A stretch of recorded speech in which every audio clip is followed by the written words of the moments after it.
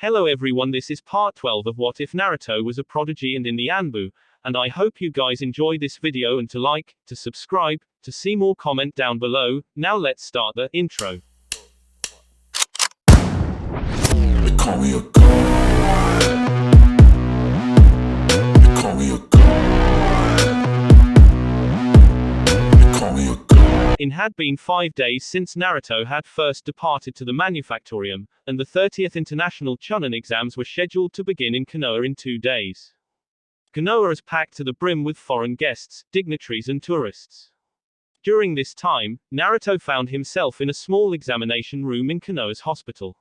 He sat on an examination table, unwrapping his bandages, while his medic Nin stood above him, her palms glowing. After a few moments, she nodded, made a satisfied TSK, and lowered her hands. Well, that should be just about it, Tsunade declared briskly. Naruto gingerly took off the last of the bandages wrapped around his chest and let them flutter to the floor. Most of his burns and blisters had been healed quite easily, but the large, sizzling gouge that the Raijin had slashed into his chest had required some extra effort. Luckily, Tsunade had been more than willing to get Naruto onto the medical table and heal him. Even if this healing had been more painful than actually receiving the injury. Still, Tsunade was the medical genius of the elemental countries, and it took less than a week for her to heal most of the damage the slash had caused. It would have been a fatal wound for many others, but with his enhanced stamina and longevity, Naruto had been able to recover much quicker than normally anticipated. Still, it certainly had been a debilitating strike, and it could have kept Naruto out of action for weeks, if not months, if it hadn't been treated properly. Even then, despite Tsunade's skills, there was still a rather nasty scar and patch of whitened, burnt skin. Naruto stared at it with wide blue eyes, his mouth open in fascination as he traced a finger over the skin. He couldn't feel a thing. Neural degeneration, Tsunade explained briskly. She took off her gloves and tossed back her blonde ponytails. It might heal. It might not. There's nothing we can do about the scar though. Naruto frowned. He flexed his muscles and adopted a small pose. Tsunade watched him with a cocked eyebrow as he made a few poses, grinning. Hey, Naruto said, looking up and smiling, I look pretty cool, don't I? Tsunade's eyes widened. For a moment, she stood there, her face blank and her eyes glazed over. Naruto just waited. This happened to the legendary Sannin every so often, or so Naruto had seen.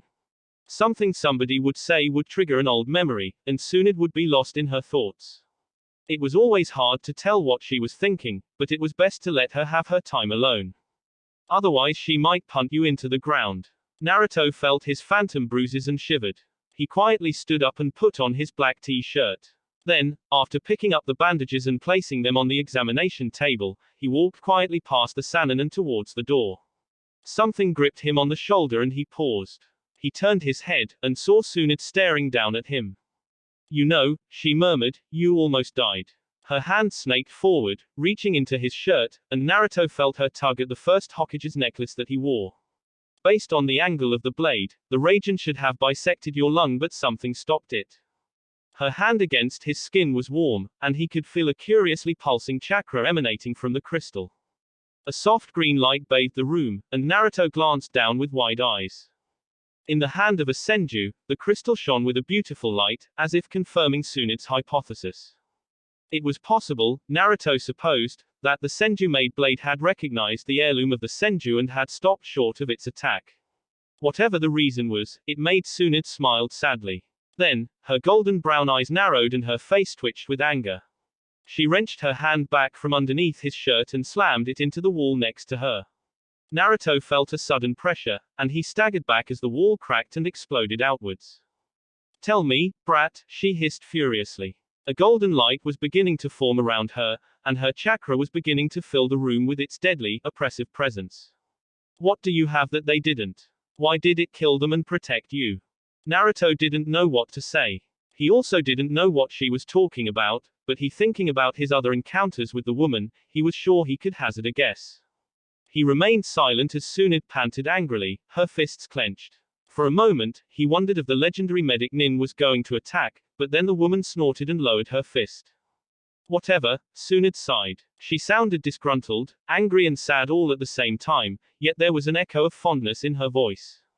She raised her hand and ruffled his hair, ignoring Naruto's squirms. Go away, brat, and don't die. I'll try not to, Naruto answered honestly. Tsunade let out a bark of a laugh. Oh, they all try, she said darkly. Naruto was glad to leave. After the dirty, smelly and noisy stay at the manufactorium, Naruto was glad to be back in Konoha.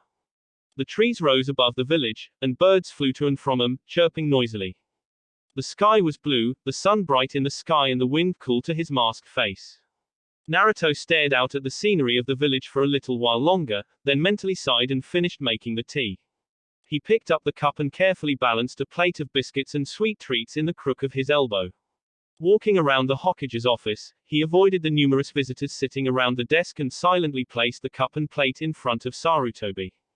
The third Hokage, for his part, was dressed in his official robes and hat, and looked pensive as the Jonin and officials around him talked to each other quietly. The meeting had yet to start, and they all seemed to be waiting for something. Sarutobi reached for his tea and gingerly took a sip. Naruto held his breath. It was in situations like these that the Hokage liked to make a fool of him. When nothing happened, he released a mental sigh and began to relax. Perhaps it was a bit too soon. Naruto caught a flicker of movement in the corner of his eye, and instinctively raised his hands. The cup of tea and its contents shattered on his armored wrist guards, and Sarutobi loomed over his desk, his face thunderous. Who are you? He barked loudly. He shook a fist in Naruto's direction. Identify yourself, imposter. Naruto sighed, picking little bits of broken ceramics from his armor. Uzumaki Naruto, registration code 012607, Sigma Squad, he answered dully. Liar, Sarutobi roared. The old man picked up a heavy book on his desk and hurled it at Naruto. It came hurtling at Naruto as fast as any shuriken, but the young blonde avoided it easily, and it slammed into the wall behind him. The 10 or so Jonin watched the spectacle with amusement, although a few of them eyed Naruto and the tome with a speculative look. What have I done this time, Hokage-sama? Naruto asked. He batted away another thrown object and rolled his eyes in annoyance. Mighty, Sarutobi trailed off. He shook his head. Your deception is good. It's very good, but you forgot one thing when you murdered my stupid apprentice and took his image. He can't make tea. Naruto's face scrunched up underneath his mask. What? I can sew, he said indignantly. Liar. Sarutobi slammed his hands on the table. The smack echoed loudly in the room, and the plate of biscuits bounced into the air and fell to the ground with a smash. He's terrible at it. He never remembers the sugar. I always remember the sugar. Naruto snapped. I don't like sugar. Sarutobi snapped right back. Naruto would know that. What? Naruto asked incredulously. You won't have tea without sugar. You insist on it. Whenever I don't give you your sugar, you punt me through the training grounds and call it practice. I've always hated sugar. Sarutobi snapped back. He reared back, apparently ready to give Naruto another tongue lashing, when he spotted something on the floor. The air chilled. Are those my biscuits? The old man asked quietly. Naruto spotted the mess. Probably, he shrugged. The Hokage eyed Naruto with a dangerous look. His face looked as if he could have been carved from stone, and the Jonin around him suddenly looked uncomfortable. Naruto ignored the rise in pressure, far too used to it by now. You assassinated my biscuits, Sarutobi whispered. He shook his head. Such a thing cannot go unpunished. Prepare yourself. You did it yourself, you crazy bass. Naruto was cut off as Sarutobi made a single hand sign. Biscuit shuriken technique. With a deft application of chakra, the crumbled biscuits shot at Naruto and hit in the face. With his mask on, all Naruto was felt was the pitter and patter of crumbs striking the ceramic mold. He waited until the Hokage was done. Alas, I am defeated, the blonde Anbu said without a single trace of sarcasm. Forgive me, Hokage-sama. But when he turned to look at the old man, he was sitting at his desk appearing to be resting peacefully, his head lolled back and his eyes hidden underneath his mask. At the same time, the door to his office opened, and the Anbu commander entered, flanked by the elders, Koharu and Homura. The two respected Jonin eyed Naruto, and Naruto saw Koharu sniff and Homura give him a disapproving glance.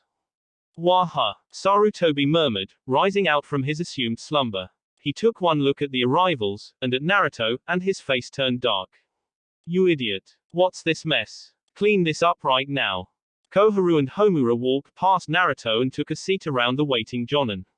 The Anbu commander followed them, but he paused in front of his subordinate. "You have some crumbs on your robes," he said emotionlessly. Naruto brushed them off. "Thanks," he muttered sarcastically. The commander cocked his head. "You're welcome," he replied sincerely, and with a short nod he moved forward to take a place at the Hokage's left-hand side. Naruto left the office to go and get a broom. When he came back, the Jonin were gone, and they had been replaced by the Who's Who in Konoha's intelligence department. Koharu and Homura sat on either side of the third Hokage. Nara Shikaku sat in the corner, hands clasped as he watching the proceedings looking bored.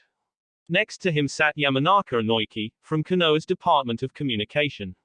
Then there was Morino Ibiki, from the Torture and Interrogation Force, and Tanaka Eureka from the Cryptology team. They were deep in conversation, and while some eyes flickered to Naruto as he entered, most of them ignored him, used to his presence by the Hokage. Naruto quietly cleaned up the mess, listening in as Ibiki spoke with his gravelly voice. "At the moment, we have no evidence to suggest that Rokusho-E's claims are correct," Ibiki was saying. "For all intents and purposes, Hanzo the Salamander is still the reigning leader of the Land of Rain. Can the word of a missing nin be trusted?" Inoiki pondered. "Perhaps it was misinformation, to throw us off the trail of the truth." "There was no purpose to it," Homura murmured. He shook his head, and coughed once into his fist. "Information gathered in the heat of the battle is hardly reliable," Ibiki growled. It seemed to be his natural tone. He leaned forward, his trench coat brushing against the side of his chair. "All we have is one of shinobi who may or may not a passing sentence. That shinobi could be wrong." Naruto finished cleaning up the mess, and silently walked back to his position behind the Hokage.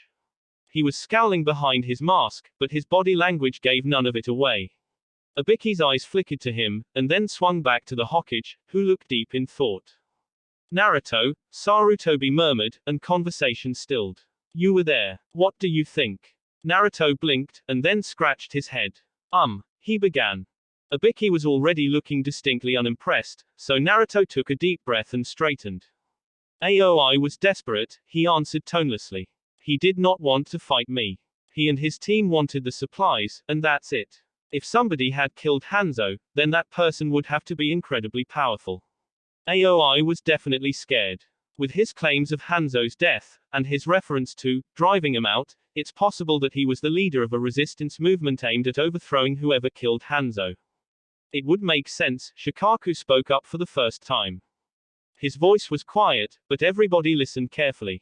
"Too much of this makes sense, despite the lack of evidence. Hanzo is killed sometime in the last 7 years, as that was when Aoi defected. His killer replaces him, and tightens the border. We did notice that, roughly 1 year ago. If Aoi was close to Hanzo, then the new ruler of the Land of Rain might not take too kindly to him. With his apparent loyalty to Hanzo, it's definitely possible that Aoi would take a stand, and to do that he would need supplies. So somebody kills Hanzo a year ago," Inoiki said thoughtfully. "There's a resistance movement. Aoi is part of it. They fight, probably using guerrilla tactics. But supplies are running out. Aoi takes a force to the manufactorium, attempts to steal a shipment, and is stopped. Does that mean the resistance movement is still operational to this day?" Ibiki opened his mouth, frowning, but he was cut off when somebody knocked twice on the door. Naruto twitched, and quickly strode across the room to open the door. A harried messenger stood there, holding a scroll and panting. He wordlessly passed it to Naruto, who took it. Noticing the red string and the insignia of the Inuzuka clan, he quickly handed it over to the Hokage. Sarutobi opened it and read its contents. "Oh dear," he murmured quietly. The rest of the room was silent. The old man looked up gravely. "Naruto, take this scroll, and report to the Inuzuka farmlands. There is a matter of necessity that I need you to take up." Naruto nodded. "Yes, Hokage-sama," he responded seriously. He took the scroll, and left the room in a quick body flicker. The Inuzuka compound was located in Sector 20 and it was one of the few clan homes outside of the village walls. When the wild packs of the Inuzuka and their canine counterparts were first approached by the first Hokage, they had been naturally suspicious of the offer. It was a little-known fact that the Inuzuka had clashed with the Senju nearly as many times as the Uchiha had. The roaming nomads had called large swathes of the land of fire home, and wild packs of the Inuzuka had torn through the land. They had been a savage, murderous clan, filled with primal instinct and bloodlust, and they had been a terrible bane upon the innocent men, women and children who were unfortunate enough to encounter them. In the past 400 years, the Inuzuka clan had been responsible for the deaths of 3 of the feudal lords, and they had torn apart dozens if not hundreds of towns and communities. Their wild, unchecked aggression was only blunted by the presence of the Senju and Uchiha clans, who were often hired to put the Inuzuka down like the savage dogs they had been. Senju Hashirama and Uchiha Madara had first encountered each other during one of these missions. Both clans had been hired after the Inuzuka had laid waste to an entire community, and a tentative agreement had been arranged. 12 years old and skilled, Hashirama and Madara had been relatively inexperienced compared to who they grow up to become. It was said that Madara obtained the 3rd tomo of the Sharingan, and that Hashirama unlocked the secrets of his wood release during their battle against the ferocious head of the Inuzuka clan, a giant brute of a man who had gone down fighting with a wild grin on his face. In the end, the Inuzuka had been hunted down and exterminated, and a wild clan that had once numbered in the thousands had been reduced to less than 30 at the time of Konoha's founding. Although they loathed both the Senju and Uchiha, the Inuzuka knew that they could not survive without the protection their rival clans could provide. They were drafted into the new village but only after demanding that they be granted lands around the village walls. At any one time, the Inuzuka is only half human. The bond with their canine counterparts was a two-way street. The dogs became partners, and took on aspects of humanity: intelligence, reasoning, speech, but the Inuzuka was similarly affected. They took on aspects of the canine pack: the primal bestial disposition, the tight-knit bonding of the pack, and the ruthless hunting instinct.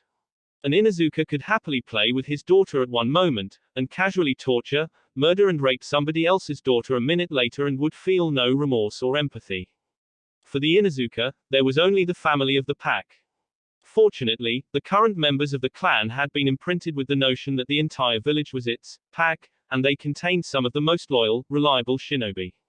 As such, in a way they had been tamed, and attacked only at Konoha's command. Unfortunately for Konoha's enemies, the Inuzuka was still just as ruthless and dangerous as they had been before. Few could escape their hunting packs, and many in the land of Earth could testify, shinobi and civilian alike, that there was nothing more terrifying than the bloodthirsty calls an Inuzuka warband as they bore down on your homes and families. But there were times when the imprinting weakened and failed over time. In cases like that, it was imperative that the Inuzuka clan member affected was captured and contained. As Naruto stared over the mauled, savaged corpse of a farmhand, he felt a headache brewing. Shit, he muttered darkly. The smell of blood was bad, and the sticky substance had been sprayed all around the clearing. Somebody or something had torn the person to pieces, and Naruto had to look away. The nearby Inuzuka clan member nearly looked frantic with worry and panic. Whatever technique or method that clan used to mark Konoha and the land of fire as the pack must had been strong, because even the idea that an Inuzuka would harm a member of the Konoha like that was making the tough, reliable shinobi weep. Where did he go? He asked the first guard, who had turned his head and was sobbing into his hands like a small child. The guard raised a hand and shakily pointed it to the west. At the man's feet, the dog whimpered and curled up around his ankle, giving comfort to his bonded partner. For the moment, the two were inconsolable, and Naruto sighed. He reached for the scroll, unfurled it and read it again. A son has broken from the pack. Come quickly. Chum. Inuzuka Kozo was a 24-year-old Chunin, bonded with a 19-year-old canine, Teruo. During his previous mission, Kozo and Teruo were assaulted by an enemy genjutsu, and received some serious psychological shock. That, combined with some moderate physical injury, had apparently broken the Inuzuka imprinting, and Kozo and Teruo had descended into insanity and panic. Without the imprinting, there was no pack, and without a pack, the Inuzuka was nothing. They had broken out of the compound before the others had known what was happening, and disappeared into the farmlands and trees that surrounded Konoha. It was a dangerous situation, in more ways than one. Kozo was untamed, uncontrollable and, from what Naruto could see, likely to kill anybody who crossed his path. Politically, this was also a disaster, especially with the Chunin exams ready to commence in a couple of days. Konoha had gone to great lengths to portray the Inuzuka as reformed and tamed. Nobody wanted to hire a pack of savage murderers and rapists, after all, unless, of course, they actually did, and Naruto needed to contain the situation before anything more drastic happened. He raised his hand, bit his thumb, and made the necessary hand seals. Summoning technique. There was a puff of smoke and a small monkey appeared. It chatted curiously, its wide eyes surveying the area with keen interest. It didn't seem to think much of the mutilated body nearby, because it scampered away, nose wrinkled up in disgust. I need you to find 2 scents, Naruto instructed it. He pointed at the body. There should be the scent of another adult male, and a canine, on that body. See if you can find them, please.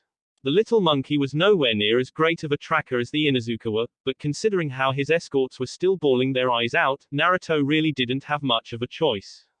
Besides, from what he could tell, Kozo wasn't exactly in the right state of mind to be covering his tracks. Hopefully Naruto could find the Rouge Inuzuka before he could do any more damage. The monkey's chatters grew more excited and it began to scamper across the field, towards the tree line of the forest. Naruto spared one last glance at the Inuzuka, noting the man had fallen to his knees and was cradling the body like it was his own child, and rolled his eyes. Then, he began to follow his summon. As he ran after the monkey, Naruto had to wonder exactly how Konoha kept such a tight leash on the dogs. The Inuzuka he had met was strong, crude and tough as nails, ready to dive into battle with a grin and a whoop of excitement. He had never seen one show distress, and he especially hadn't seen any weep before. Just what kind of powerful technique had the first Hokage brought down on the Inuzuka to keep them tame? What type of technique turned fully trained shinobi into weeping children over the thought of betrayal? It was definitely effective. Had the Inuzuka rebelled during the early formation of Konoha, the Senju and Uchiha would have had no trouble in putting them down, especially if they had all been sobbing over their betrayal. He entered the forest and took to the trees after the summon. They ran for at least 10 minutes, delving deeper and deeper into Konoha's forests. Soon Naruto came across the first visible sign that he was on the right track, and he stopped to stare at the large, fresh gouge in the bark of the tree. He traced it with his fingers, and then continued. More gouges appeared. In a small clearing not too far ahead, Naruto found more signs of Kozo's trail. Smaller plants and trees had been ripped out of the ground, and the earth had been torn up. The strong, acrid smell of urine filled his nose, and Naruto winced and adjusted the filters in his mask to block most of it out. Kozo had been here, and not too long ago. The monkey suddenly chittered, and Naruto's eyes widened. Then, both he and his summon disappeared in a whirl of movement as 2 spiraling Gatsuga tore into them both. The monkey disappeared in a puff of smoke as Kozo's canine companion tore into him, while Naruto was sent hurtling to the ground. Something sharp and strong grabbed him, and he was struck a dozen times in a second as he hit the ground at full speed. The earth cracked and dust billowed into the air. Naruto was motionless as a burly, strong figure crouched on his chest and raised a clawed hand. Naruto caught a glimpse of his features, long, shaggy brown hair, torn, bloodied rags as clothes, and an expression of complete and utter insanity before the maddened Inuzuka howled and he brought his claws down.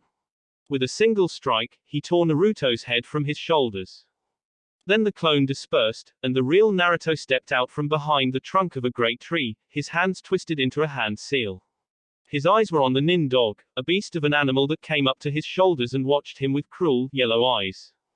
Earth release, rock pillar prison. Large columns of rock shot up from the ground, smooth and dark, and they encased Kozo's canine in a prison of stone twice as tall as Naruto. The dog snarled, barking viciously, and attacked at the rock with its teeth, while Kozo let out a tremendous roar that shook the leaves around him. He lunged not at Naruto, but at the prison and struck at the pillars with his clawed hands. Each blow contained some strength behind it, because cracks and splinters began to fall off. Naruto was not idle, however, and he palmed several spools of wire, looping them around a pair of kunai. He darted forward and hurled the kunai. One struck the Inuzuka in the shoulder, but he barely gave notice, while the other lodged in the canine's hind legs. It stumbled, and howled angrily. Kozo noticed that. With a snarl, he whirled around and advanced on Naruto. The young Anbu held his ground and twisted his hands into another seal. A shadow clone appeared next to him, and released a technique. Wind release, great wind breakthrough. The shadow clone sent a huge gust of wind that lifted Kozo off of his feet and sent him hurtling back. He crashed into the prison of rock and smashed into the pillars of stone. They cracked and shattered underneath the force, and Kozo tumbled into the prison, colliding with his canine partner. The shadow clone dispersed, all of its chakra used for the one technique, while the real Naruto took a step forward. He pulled on the loops of wire wrapped around his fingers, tightening the wire and making it taut, and then he released them. With a whip-like crack, the wire shot back to its other knot, the ones tied around the kunai lodged in Kozo and his partner, and they bound the mad Inuzuka up against the dog. It wouldn't take long for Kozo to break through the wire, so Naruto summoned his chakra, folding it back on itself, making it denser and more potent. The ground around him shuddered, and leaves fell from the trees. He flipped through a series of seals, ending on and holding the hair sign. Lightning release, 4-pillar bind. Most of the cracked pillars of the rock pillar prison fell apart as lightning elemental chakra surged past them. However, the 4 corner pillars remained, and they seemed to glow with a grayish-silver sheen. An instant later, a cascade of crackling blue lightning shot out of them, enveloping everything within their area. Kozo and his canine companion took the full force of the B-rank lightning technique with terrible, howling screams, and they fell to the ground, convulsing. They snarled and howled, and terrible, retching screams hit Naruto's ears. Part of Kozo's shaggy mane of hair began to smolder, and the smell of burnt skin and ozone filled the air. Most people would have been put down after a few moments. Naruto had to keep the technique running for a full 5 minutes before he was satisfied that the pair had fallen unconscious. With a sigh, he released the hair sign and let the chakra around him begin to dissipate. The 4 pillars of stone began to collapse into piles of rubble, and silence began to fill the forest. It hadn't been a long fight, less than a minute, but Naruto's heart was pounding, adrenaline surging through his veins. It took him a few moments to calm down, and he spent them binding his targets up with wire. He made a few signs, and slammed his hand on the ground. Summoning technique. There was a much bigger puff of smoke than before, and 2 large, grizzled apes appeared. Twice as tall as Naruto, they glared down at him, snorting and pawing the ground angrily. From behind his mask, Naruto smiled tightly. Take them, and make sure they don't get away, he ordered. The 2 bigger apes didn't like him, and many, but not all, of the monkey contract shared their sentiments, but they did as he ordered, most likely on behest of Enma, their leader. They grabbed the Inuzuka and followed Naruto as he made his way out of the forest and back towards the Inuzuka clan lands. They met with a full pack of Inuzuka at the site of the first murder. Somebody had taken the body away. There were only patches of bloodied soil to suggest that something terrible had happened there. Nonetheless, many of the Inuzuka seemed visibly upset, and 2 dogs were whining as they curled around the ankles of their handler. The clan head, however, had dry eyes and watched Naruto shrewdly as he approached them, his ape summons towering over him. Good afternoon, Naruto greeted politely. Inuzuka Chum just looked at him stonily. She was a dangerous-looking woman, and Naruto felt strangely intimidated. She had a very feral look about her, with sharp teeth, long nails, tattooed cheeks, and she radiated an aura of that of a barely tamed animal merely 1 prod away from violence. Her bright eyes flickered to the lumbering apes behind him, and she must have spotted Kozo, because her nostrils flared. Sit him down there, she ordered. Naruto motioned with his head, and the 2 apes lumbered forward. They dropped the bound man and dog before the pack of Inuzuka, and then disappeared in puffs of smoke. Naruto stepped back as Chum mercilessly delivered a brutal kick to Kozo's stomach. It was enough to rouse him, because he came back into consciousness coughing and spluttering. He began to snarl, but Chum let out a wordless growl, and he stopped, whimpering. Kozo. Chum barked angrily. She raised her hand and slapped him across the cheek, the force of the blow sending him reeling. Who am I, Kozo? Kozo snarled at her. Chum slapped him again, baring her teeth, and something flickered on the man's maddened visage. Chum. He spoke gutturally, as if he had lost his ability to talk in the last 3 hours. What am I? Chum demanded. His lip curled. Pretender, he snarled. Tamed whore. Chum slapped him again, and he began laughing. Chum stood back and turned to Naruto.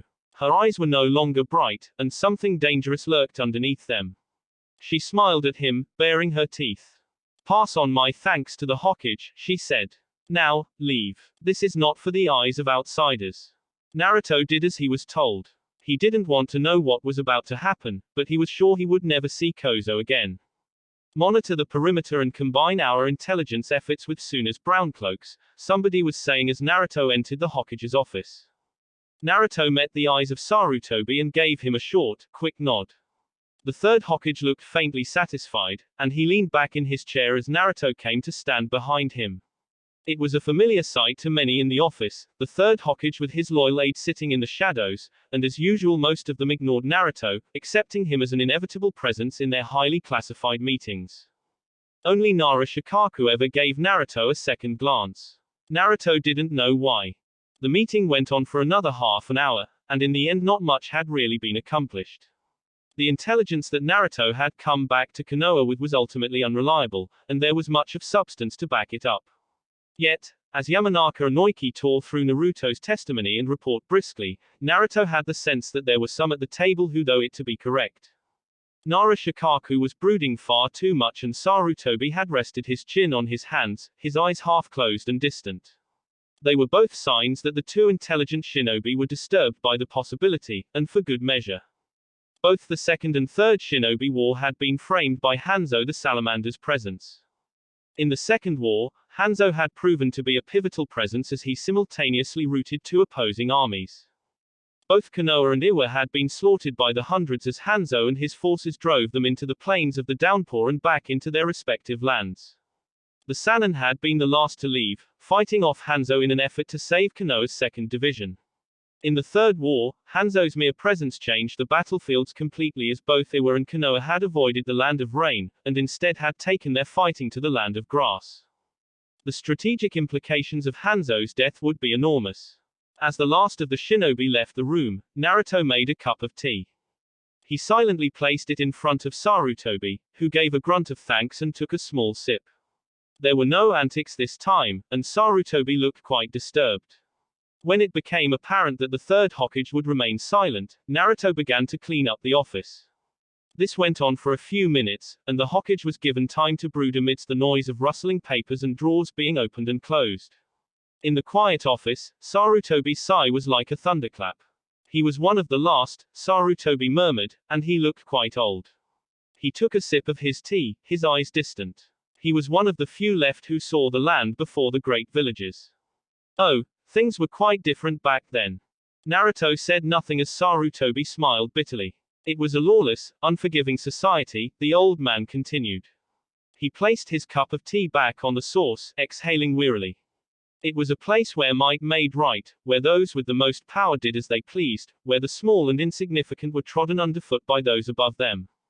Naruto thought about the manufactorium. Has much really changed? He wondered frankly.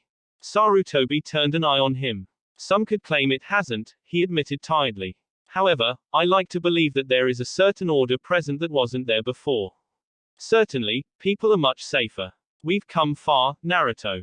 A picture of Yuna's mangled body flitted through his mind, as did the contract that Konoha had purchased with her blood. Yes, sir, Naruto intoned quietly. He continued to clean up the office, filing away paperwork and organizing the Hokage's desk. As he did this, he was aware that Sarutobi was watching him. He didn't allow any bitter thoughts to show on his face, for even with his mask on, Sarutobi would still know he always did. I have a mission for you, Sarutobi mentioned after a few moments. Naruto straightened and closed the drawer in front of him. Hokage-sama. 2 missions, actually, Sarutobi elaborated. Firstly, I want you to go to the Department of Research and Development and prepare a summary of all of the items we acquired off of the Land of Sky. I want a full progress report, specifically, how long will it take to equip our own shinobi with such technology? Naruto bowed his head. Right away, Hokage-sama, he murmured. You'll need to get that done today, however, Sarutobi continued, and there was a note of humor in his voice. He took another sip of his tea, drawing the moment out, and sighed. For tomorrow, you've been assigned a C-rank mission. I understand that you were personally requested. Naruto cocked his head. Sir, he sounded puzzled. I think Konohamaru has spent all of his pocket money on this mission too, Sarutobi continued. Naruto's twitched. Wait, what? Konohamaru. Konohamaru has requested that you train Team 7 in preparation of the Chunin exams, Sarutobi explained quietly. He coughed once, as if hiding his laughter. However, because he could not find the money to fund the mission cost himself, he approached some of the other genin teams. I understand that there will be 9 genin awaiting your instruction. Naruto was very still, and very quiet. I personally thought it was a marvelous idea, Sarutobi continued. So did many of the Jonin sensei. Tomorrow, you'll have all of the rookie genin to play around with. He scratched his chin. It'll be fun. Give them a workout, ready their minds, and cement the bonds of teamwork. We need to give a good show this year. Yes, sir. Naruto's voice was absolutely neutral. Playing around with some rookie genin was not his idea of a fun mission, although, he was interested to see how Sasuke had improved since that impromptu training session last week. Plus, it had been a while since he had smacked Konohamaru around, and the little shit was clearly asking for it. Hell, he was paying him to do it. An unbidden smile crossed his face. Huh, this could be fun after all. The very next day, Naruto finished his chores at the Hokage's residence as quickly as he could. He had left a couple of shadow clones to assist with the cleaning, and breakfast had been pre-made and put in the refrigerator. Undoubtedly there would be some issue, there always was when he left the house, but Naruto was hoping that Konohamaru and Sarutobi would be able to act like mature, responsible shinobi and eat breakfast like normal people. He wasn't going to bet any money on it, but the hope was still there. As the sun began to rise into the sky, Naruto walked down the streets of Konoha towards Sector 17, where the Jonin Long was located. All around him, the civilian population of the village began to rise.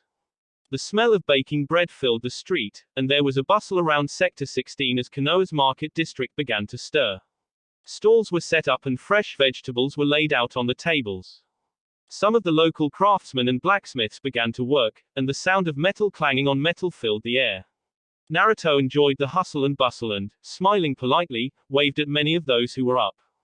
Most waved back. There were some, however, who regarded him with distrust and antipathy. Them, Naruto did his best to ignore. Things had gotten much better since he was a child, and his position as the Hokage's personal assistant meant that he had become well known to most corners of the village. There were still some who didn't like him, who whispered dark things in the shadows where nobody could hear them, but they did it very quietly. Naruto was a shinobi and a well-respected one at that, especially since events that had occurred during the Blitz. It was well known that Naruto had been the one to lead the assault against the enemy's stronghold, and in doing so, had saved the village from imminent destruction. There might be those who didn't like him for what he was, but they did respect him for what he had done. Naruto strolled past Sector 16 and made his way into Sector 17. This was where most of the bars, venues and other assorted entertainment establishments were located, including a series of very specific, red-curtained storefronts that Naruto had been explicitly told to stay away from. Sarutobi hadn't been impressed when an 8-year-old Naruto had gone snooping. The young, bare-faced Anbu made his way into the Jonin Long and nodded politely at the bartender. Riku was a former Jonin, and an ace that had survived the Second and Third Great Wars, but at the cost of his shinobi career. He was a large, burly man with bulging muscles, a bald, scarred head and squinty, little eyes. He was also one of the nicest people that Naruto had ever met, and had a deceptively soft voice. Good morning, Naruto, Riku greeted quietly. He smiled, stretching his scars across his face, and making him look rather intimidating. How are you today? I'm good, thanks, Naruto responded. He scratched the back of his head as he raked his eyes over the Long. There were only a few people there, a trio of quietly talking women in Jonin vests, and a lanky, dark-haired man sitting in the corner eating breakfast. There was something about him that seemed familiar, and abruptly Naruto recognized his face. He was Anbu, a squad captain from Epsilon Platoon. As if sensing eyes on him, the man looked up. He recognized Naruto as well, and tipped his mug of coffee at him. What'll you have this morning? Riku asked, and Naruto's eyes were drawn back to him. Breakfast for 4, please, he answered. Riku nodded. He directed Naruto to table 7 and left. Naruto took a seat and waited for his company to arrive. It didn't take too long, and the next person to walk into the Jonin Long was one of the new Jonin sensei. Yuhi Kurenai looked particularly striking, with her pale skin, dark, untamed hair, and crimson eyes. She smoothed down her blouse, one arm clothed, and the other bare. She was wearing makeup, red lipstick and purple eyeshadow, and a headband was tied around her forehead. Naruto waved at her and she waved back, smiling. The young Anbu felt something twist in his heart at the sight of her smile, and he had to smooth his face over as the beautiful woman came over to sit across from him. There was something particularly radiant about her, a presence that made Naruto feel almost in awe of her. Good morning, she greeted kindly, and her voice was smooth and melodious, sending a shiver down his spine. Morning, Naruto returned the greeting rather uncomfortably. Kurenai seemed to pick up on his nervousness, and she smiled at him, which only really made things worse. As the two sat there in silence, Naruto had to refrain from fidgeting in his seat. He had seen Kurenai in passing before, but she had never stirred this sort of reaction. Oh. Naruto compressed his chakra and, for a split second, he held onto it. Then, he released it all at once, and the pervasive chakra of one of Yuhi Kurenai's genjutsu was disrupted, and expelled from his tenketsu. Kurenai jerked once, and then smiled wryly as Naruto narrowed his eyes at her. I'm impressed. That was a very subtle technique. I didn't think you'd break it, she mentioned casually, as if she regularly went around placing people under genjutsu. For all Naruto knew, perhaps she did. It was the wave, wasn't it? Naruto asked quietly. You used that as a distraction to cast your technique.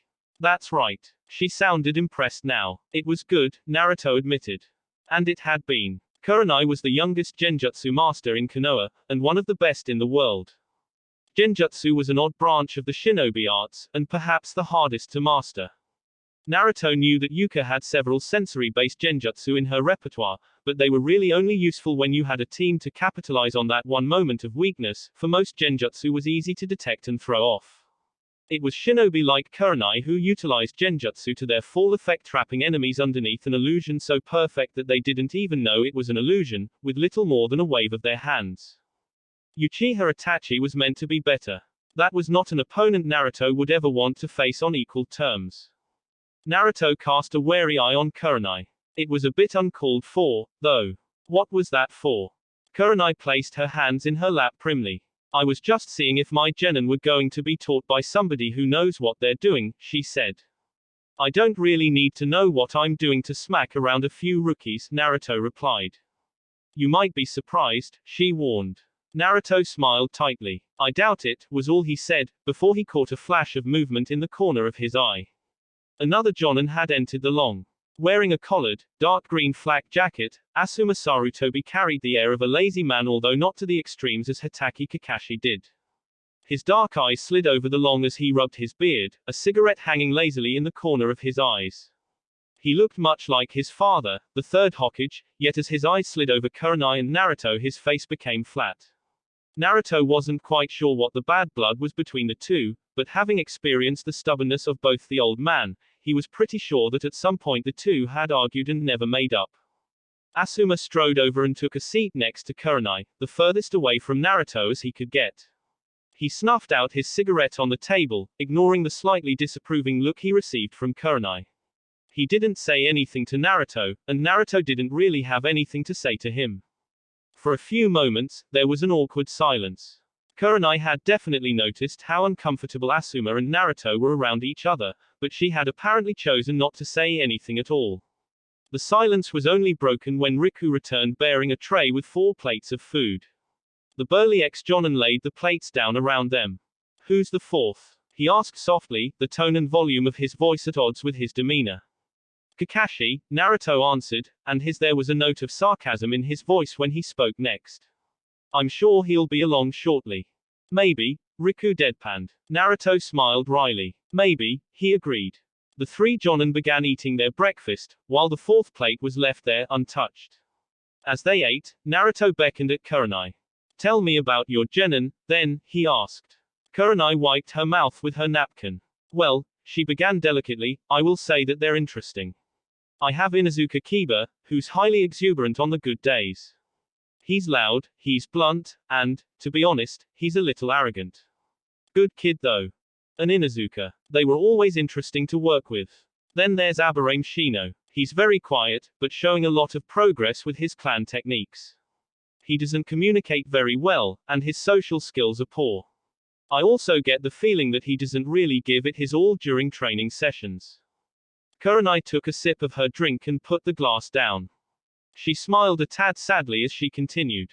My last genin is Hyuga Hinata.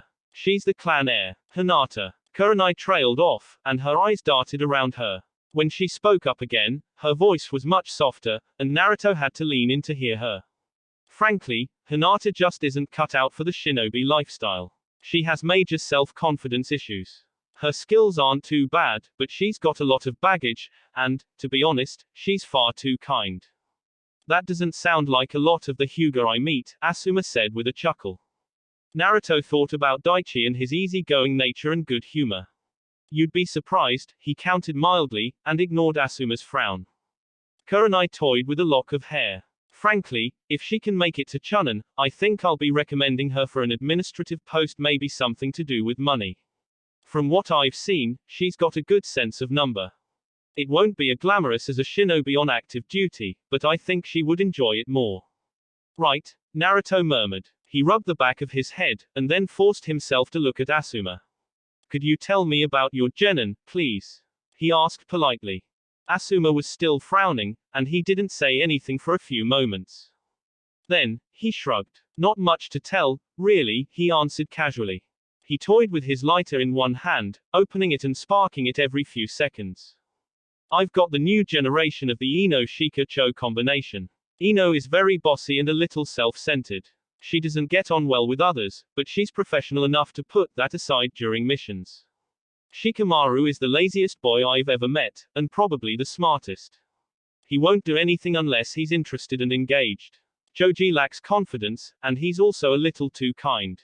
He has a big heart, and he takes things quite personally. Okay, Naruto said slowly, nodding his head. I was more asking. Well, my cute little genin are just awesome. Came a voice to his left. Naruto twitched, and turned his head to see Kakashi sitting next to him.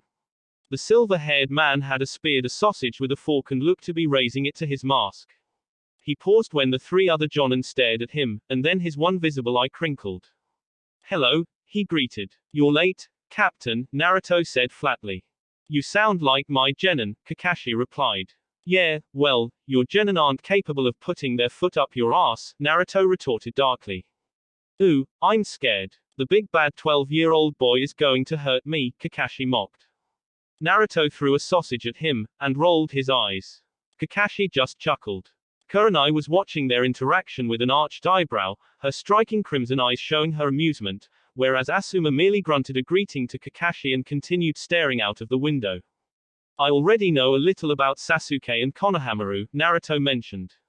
How's the girl? Weak, Kakashi retorted around a mouthful of sausage that he had somehow snuck in when Naruto hadn't been looking. He swallowed. She's weak, and she lacks determination. She's bright, though. I'll probably recommend her for intelligence or cryptanalysis if she makes the cut to Chunin. Alright, Naruto said, it wasn't really what I was. Whereas Konohamaru definitely has the determination that Sakura lacks, Kakashi continued, happily cutting Naruto off in mid-sentence.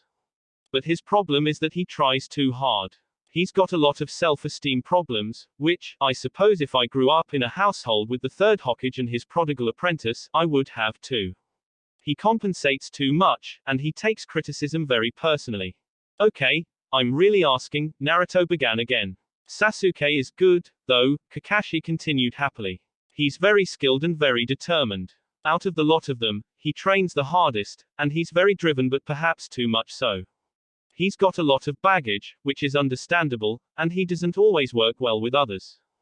Kakashi finished and let out an audible sigh.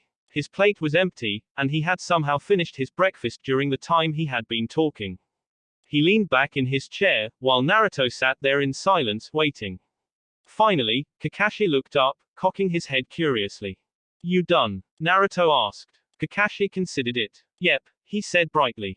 Okay, Naruto said. He rubbed his hands together.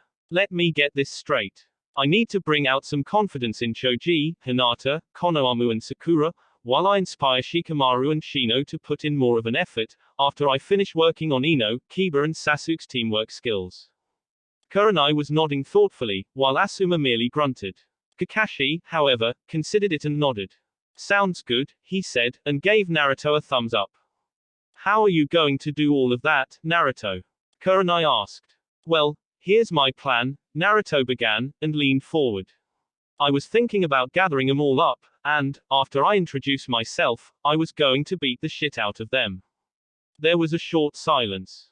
Kurenai looked distinctly unimpressed, and Asuma had snorted. Kakashi chuckled and thumped Naruto on the back. Haven't given this much thought, have you? He asked. Have a better idea? Naruto asked him. Nope. Kakashi replied. So I'll beat the shit out of them. Naruto put his fork down, frowning. Look, I'm not a psychologist. I'm not here to help them with their problems. They've requested a senior shinobi to come in and help them with their training. I've got a few teamwork exercises planned, then I was thinking of some light sparring and some last-minute refinement of their techniques. These genin have paid me to train them, so I'll train them, and hopefully they won't all die in the exams. Kurenai didn't look too happy, but Kakashi shrugged. Fair enough, he said. When do you start? Naruto glanced out the window at the position of the sun. Now, he answered. He reached into his vest. But first, could I just get you all to sign this? Naruto had booked Training Ground 31 for the training session with the genin.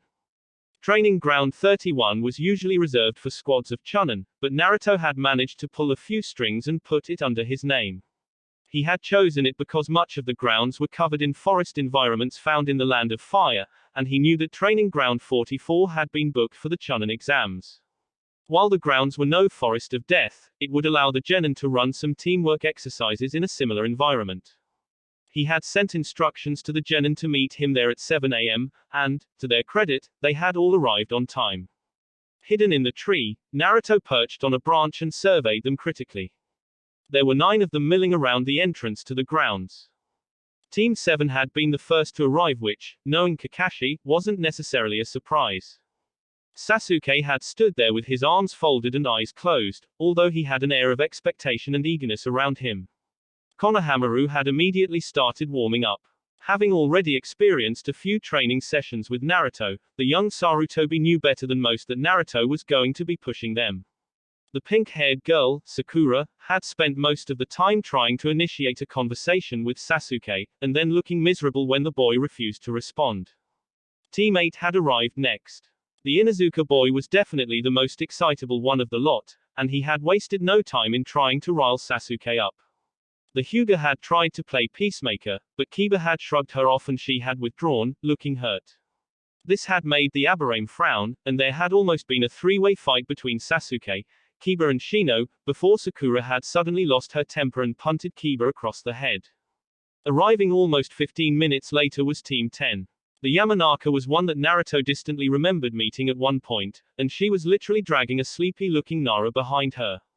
A furious scowl was on her face as she berated her teammate mercilessly, while the larger boy, definitely an Akamaiki, had tried to play peacemaker. Naruto was not impressed with what he had seen so far. He sighed, and stood up in the tree. The branches creaked and the leaves ruffled around him. He was quite pleased when he noticed Kiba, Sasuke and Shikamaru instantly take note of noise. Kiba whirled around, staring suspiciously into the forest, while Sasuke straightened, and, for a split second, the Nara lost his tired facade and his eyes became sharp and narrowed. Naruto felt his lips twitched and he made a hand sign, disappearing in a body flicker. He reappeared in front of the genin, and ignored the startled cries of those who had not been expecting him. He stood up, his arms folded as he surveyed the genin in front of him. They all quickly fell silent, and they stared at him expectantly. My name is Uzumaki Naruto, he greeted them quietly. I'm the shinobi you've hired to lead your training exercises today. I'll do my best to get you ready for the chunin exams. The blonde Anbu raked his eyes over the genin. Konohamaru beamed at him, while Sasuke gave him a tiny nod of respect. The Hyuga wouldn't meet his eyes, Sakura's face was flushed and she seemed flustered, while Ino was smiling flirtatiously at him. Kiba was apparently sizing him up none too discreetly, and Choji waved politely. Both Shino and Shikamaru, however, were very carefully assessing him, Shino from behind his high collar and sunglasses and Shikamaru from his feigned tiredness. While I'm the same age as most of you, I am a jonin, Naruto informed them. Today, I'm your temporary instructor. Do what you're told, and we won't have a problem. Am I clear? There came a murmur of assents and several of them nodded. Naruto allowed a small smile to cross his face. Right, he said. Let's get started. First off, what do you know about the chunin exams? Faster than a bolt of lightning, Haruno Sakura had her hand in the air. Naruto blinked, but then called on her. The international Chunin exams were founded through the effort of the fourth Hokage as a way for villagers to demonstrate their strength and prowess in a controlled, peaceful manner, she recited, as if there was a book in front of her. They're held every 6 months throughout the Great Five villages, who periodically take turns in hosting them. Specifics, Naruto prodded as the girl paused to take a breath. Konoha has hosted the exams 7 times, this will be our 8th, Sakura continued. She blushed, she actually blushed. I did a little research, and I found that there are at least 3 stages. Shikamaru cut in there. For the last 6 Chunin exams held in Konoha, all of the first stages have involved a mental component, intelligence gathering, strategy planning, and counter-espionage. He sounded bored. The second stages always involve a physical component, teamwork maneuvers, battle simulations, survival exercises. The third stages has always been a tournament consisting of one-on-one battles in front of the public. Well done, Naruto praised. Sakura flushed, but beamed happily. He looked up at all of the genin. If you want to be successful Chunin, remember this saying. Without heaven, seek wisdom. Without earth, run in the fields. He let it sink in. What does that mean? Naruto asked. Kiba scratched his head. If we die, we get to run around a lot. Idiot, Sasuke muttered under his breath. Oh, bite me, Kiba snapped. Heaven would refer to the mind, wouldn't it? Shikamaru murmured. He nodded resolutely. If you don't have heaven, if you're not smart, then seek wisdom, work towards becoming smarter. That must mean that the earth is your body. If you're not strong, then work on becoming stronger. Correct, Naruto confirmed. He eyed all of the genin in front of him. Chunin are not genin. When you become a Chunin, you're likely to be deployed out in the land of fire. Some of you might even lead your own team. If you want to be a good Chunin, hell, if you want to be a good shinobi, then you need to make sure your brains and your body are in good shape. He raked his eyes over the group. An intelligent shinobi without strength is useless, he continued. And a powerful shinobi without intelligence is equally as useless. Intelligence and power must go hand in hand. You need to look underneath the underneath, cut through the deception, strategize and use tactics. That requires your mind. But you also need the strength of body to implement those tactics, and to stand up against other shinobi. He paused. The genin were silent, listening attentively. I'm going to start you on some team exercises, Naruto continued. He pointed past them, deeper into the forest. Somewhere in that forest, there is a flag. Naruto stared each genin in the eye and leaned forward. I want that flag. Those who can't get me that flag will be pulled out of the Chunin exams. The reactions were explosive. What? Kiba shouted indignantly. You can't do that. Hinata pressed her fingers together, shrinking in on herself, while Choji looked ashen-faced and nervous. Sakura was taking deep breaths, while Sasuke and Konohamaru were tensing. Only Shikamaru looked at ease, an ease that Naruto didn't particularly like. You don't believe me, Naruto said, and Shikamaru watched with narrowed eyes as the young jonin reached into his vest. He pulled out a folded piece of paper and wordlessly handed it to the Nara. Shikamaru took it, opened it up and scanned through it almost instantly. The other genin had fallen silent. What is it? Sasuke finally asked. It's a release form, Shikamaru murmured. Naruto saw his fingers clench on the paper. It's an unlabeled release form signed by all of our jonin instructors. It lists all of our names, and states that, due to incompetence, the following genin have been pulled from the Chunin exams. I'll cross out the names that bring me my flag, Naruto offered and smiled. It wasn't a nice smile. You hired me to make sure you were ready for the Chunin exams. If I don't think you're ready, then I'm not going to let you go in and embarrass the village in front of everybody else. Naruto took the release form back from Shikamaru. Those who are the first to bring me back the flag will stay. The rest will be culled. Once you hear the whistle, the exercise is over. Naruto made a shooing motion with his hand. Go. The genin instantly split into their teams and dove into the forest. Naruto watched them, smiling wryly, and then made a hand sign. He disappeared with a swirl of leaves and wind. He reappeared inside the forest and made a hand sign. Shadow clone technique. There was a series of pops and puffs of smoke appeared around him. When it disappeared, 9 shadow clones stood around him. Naruto reached into his vest and pulled out a storage scroll. He bit his thumb, swiped it on the scroll and unsealed its contents. 9 headbands appeared, a set of 3 from Kumo, a set of 3 from Iwa and a set of 3 from Suna. The clones all took one. Don't be too mean, Naruto instructed. The shadow clones nodded and disappeared. Each team of clones were to intercept one of the genin teams and put up a token resistance, not enough to truly stop the genin, but enough that they would be forced to demonstrate their skills and tactics. Naruto was about to go and settle in the tree above the flag he had planted when he paused. Something didn't feel, oh. With an impressed smile, Naruto reached behind and plucked a small, black bug off of his back. How sneaky, Naruto muttered approvingly. Uchiha Sasuke kept his eyes focused on his surroundings as he led Team 7 deeper into the forest. Adrenaline and chakra surged through his body, and his fists were clenched. Uzumaki Naruto hadn't been the somewhat friendly and helpful shinobi that he had met before, and despite Konohamaru's warnings that Naruto was a bastard, Sasuke definitely hadn't seen the ploy with the release form coming. Sasuke couldn't afford to be kicked out of the exams. He had the skills for Chunin, Naruto himself had even said so, and the Uchiha needed his Chunin clearance to continue developing his skills.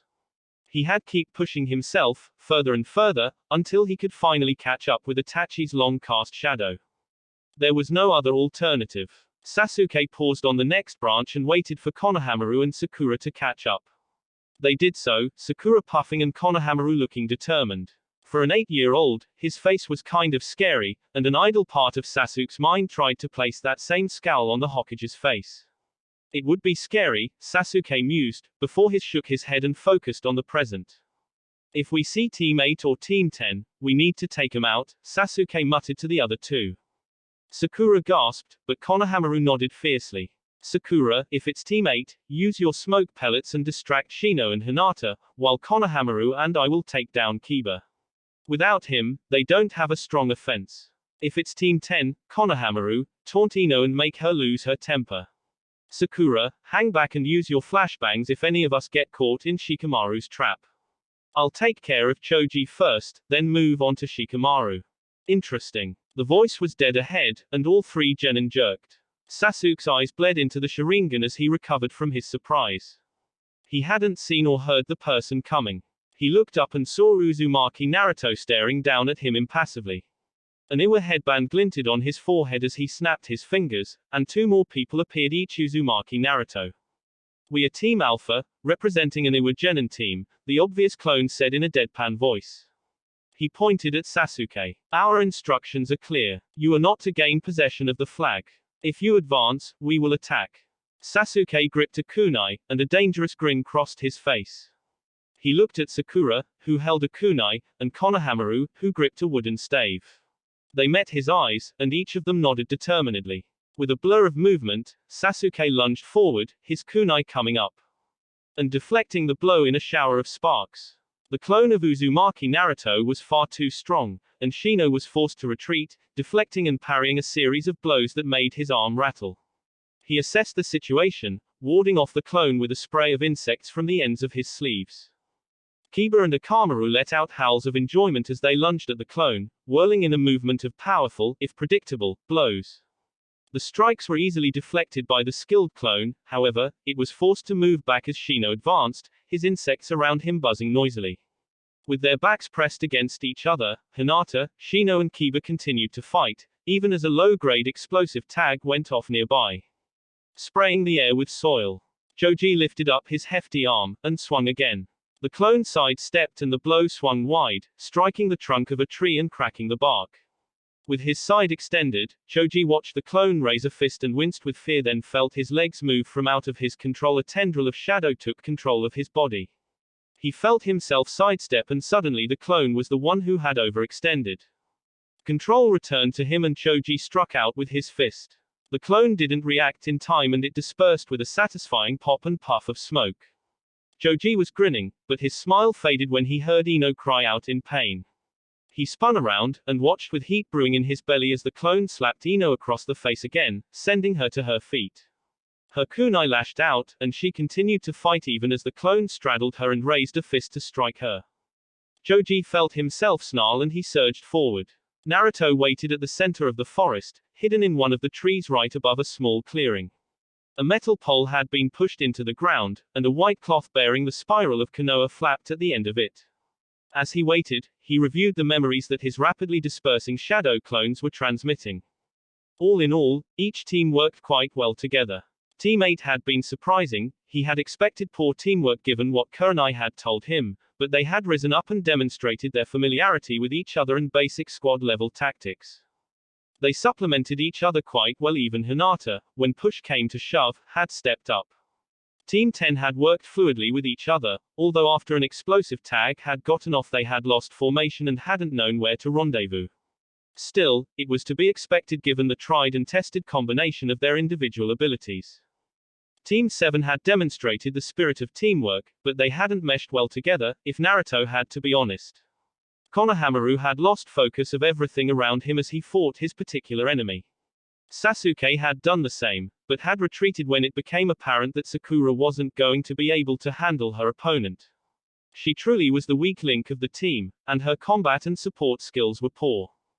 The fights were all over now, and all three teams were converging on the flag. Naruto smiled faintly and masked his presence with a cloaking technique, one that the Hyuga shouldn't be able to pierce just yet. What would they do now? Sasuke led the slightly battered and, in Konohamaru's case, bloodied team through the forest. The fight with the clones had been exhilarating, but ultimately unfulfilling. Sasuke had sparred with Naruto before, and he could tell that the clones had been holding back the punches. He felt a pang of disappointment. He'd been training a lot, and he'd been hoping to show the Anbu his improvement since last week.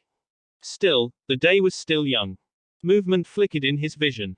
Hold. Sasuke hissed. He perched on the branch and held up his fist. Konohamaru and Sakura both crouched next to him as Sasuke peered into the forest ahead. There was something moving up ahead, something white amidst all of the greens and browns around them. His Sharingan spun as he smiled tightly. It was a flag. Sasuke motioned and Team 7 advanced. They passed the last of the tree trunks and came into a little clearing. In the middle of the clearing was the flag, flapping at the end of a metal pole dug into the ground. Team 7 was also not alone, and Sasuke felt his face harden as he saw Choji begin to take the flag down. Stop, he ordered. Shikamaru looked up sharply, and Ino practically sneered once she saw Sakura. We were here first, Shikamaru said firmly. We got to the flag first. The instructions were to bring the flag back to Naruto, Sasuke said. His Sharingan spun, looking for traps and finding none. It doesn't matter that you got here first. He directed his gaze at Choji. Give us the flag. Choji wilted underneath the stair, his hands still on the flag, while Ino stepped in front of him. Sorry, Sasuke-kun, she said apologetically. Her face hardened. But I'm not going to miss my chance to become Chunin, even for you. As if you have a chance, little Miss Piggy, Sakura scoffed with far more bravado than Sasuke privately thought she had. Whatever you say, loser, Ino sneered. She pulled her pale blonde hair ponytail over her shoulder and edged her hand to her weapon's pouch. We're not letting you have the flag. Walk away, Sasuke, Shikamaru warned. His eyes were narrowed, his full attention on the Uchiha. Sasuke smiled tightly. Make me, he challenged. Then, there was a blur of movement and suddenly a spinning hurricane of claws, fur and hair appeared. Choji was pushed back as Kiba and Akamaru appeared, grinning fiercely. A cloud of insects buzzed forward, surrounding the flag, even as Teams 7 and 10 reacted. Sasuke inhaled, and molded his chakra. Fire release. Phoenix flower. He spewed a series of small streaks of fire at the insects, forcing them back away from the flag. The insects dispersed, and Team 7 lunged forward. Sasuke met with Kiba and their kunai clashed against each, sparks flickering from the grinding of the metal. All around them, Leaf Nin fought against Leaf Nin. Sakura and Ino fought against each other, and Sakura was forcing the Yamanaka back, her greater physical strength breaking through Ino's fragile defense.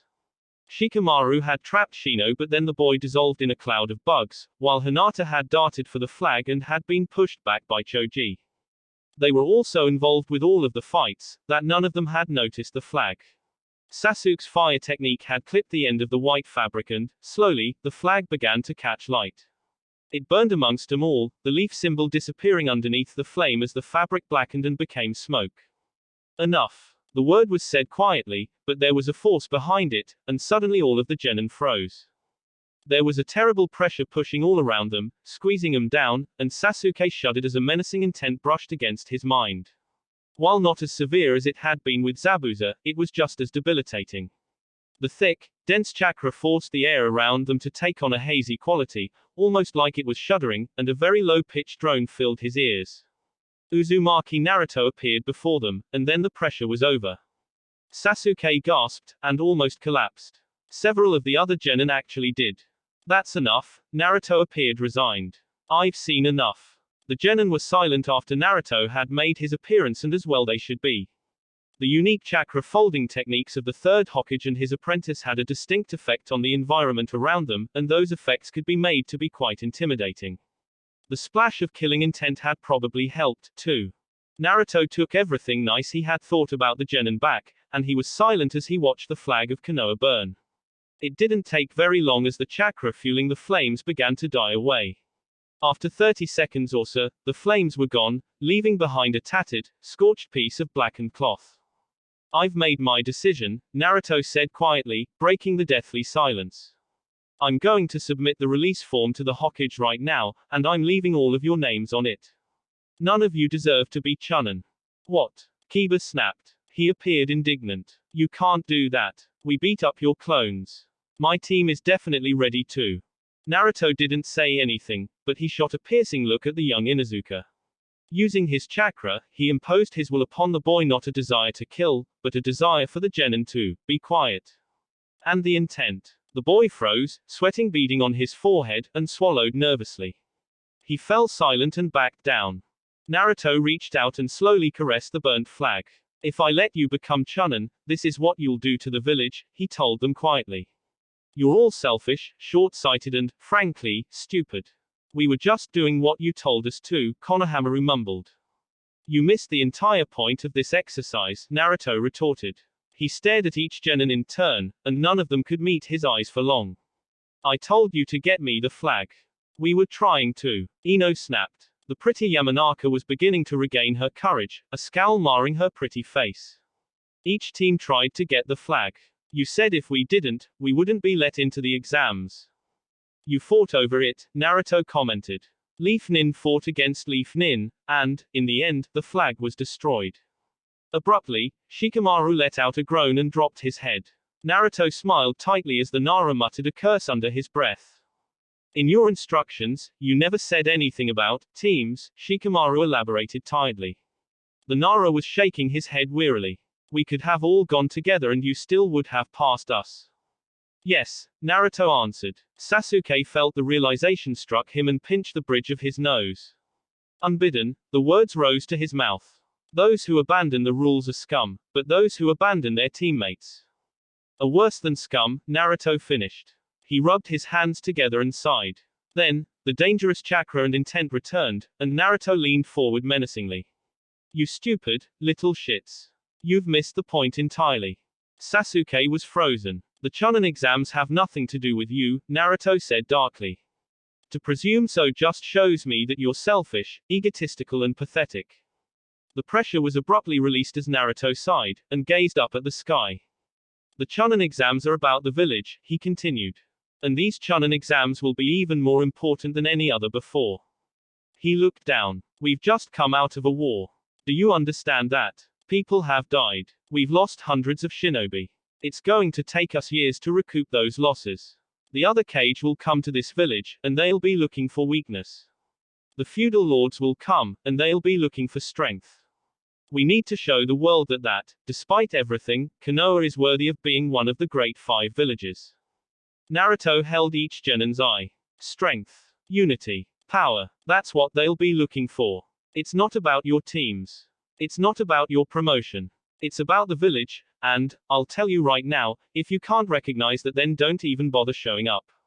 You won't be promoted, even if you pass with full marks on every stage. Konoha doesn't want Chunin who sacrifice their comrades for their own needs. He stared at each genin in the eye, making sure that they had received the message. Now, we're going to try this again. This time, there are going to be more clones. You're going to start in your 3-man teams. What you do after that is your business. You only have one goal: get out of the forest with all teammates intact. Questions? Nobody raised their hand. Naruto smiled grimly. Go. That will be it for this video. If you want more, comment down below, like, subscribe. And see you guys later.